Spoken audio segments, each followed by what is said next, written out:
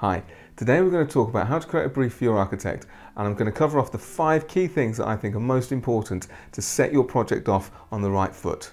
For those that don't know me, my name is Neil Scroxton. I'm the Managing Director at Scroxton & Partners. We are planners, we're architects and we're construction managers, which means we take projects from the very beginning right the way through to completion. If you haven't done it already or you're new to the channel, please hit the subscribe button and press the little bell next to it so that you get a reminder every time we put out a new video. And so these 5 key things that we're going to talk about today that I think you need to get into your brief are going to be really important to help see a project from the start through to the end and ensure that what you want to happen is going to happen on your building project. So first things first, what is a brief? Your brief is the starting point for your architect to work from. Your brief is going to hold all of that key information that's going to make your project alone and not somebody else's. It's going to be a document that gets developed right at the beginning with your input and then sees the project through to the end, ensuring that you get a project that meets your needs and also your aspirations. It's not a document that's going to tell your architect how to design, it's more about giving them the pieces for them to pull together and create you something fantastic. The first thing that you want to get into your brief is something that most people overlook, and that is personality. It's really important to understand what makes you, you. Do you have a big family or a small family? Are you outdoors types or do you prefer the cinema? All of these things are going to weave into a story that's going to make your home or your extension exciting and different from everybody else's, but something that's specifically for you. The second thing to consider is design style or aesthetic.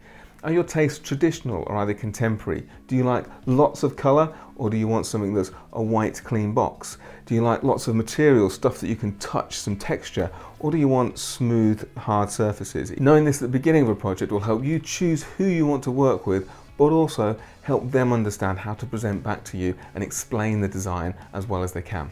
The third item is something that should be really important to everybody right now. It's sustainability. It's understanding how sustainable you'd like your project to be. You have choices. You can either meet the current regulations or you can excel on those regulations. Now, this is important for 2 reasons, and both of them are financial.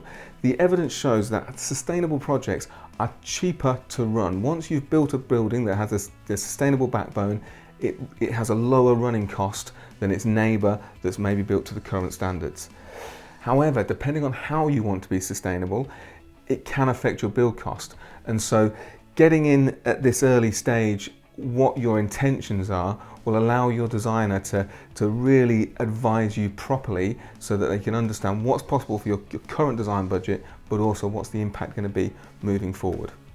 Item number 4 is accommodation. Now this is where we start to get a little bit more technical. It's no good just going to a designer, to an architect and saying, I'd like a 3-bedroom house or I'd like a 5-bedroom house. That's not enough information. Accommodation is really important because of the simple fact that for every square foot, for every square meter that you build, the price of your construction goes up. So you need to know what are your wants and what are your needs. What are the rooms that you think you'd like to have, but what are the rooms that you definitely would like to have? So for example, I definitely want 4 bedrooms. I'd like to have a cinema room. So building up a table of what each of those rooms are before you go to your architect, that's going to give them a good understanding of where your budget's going to be.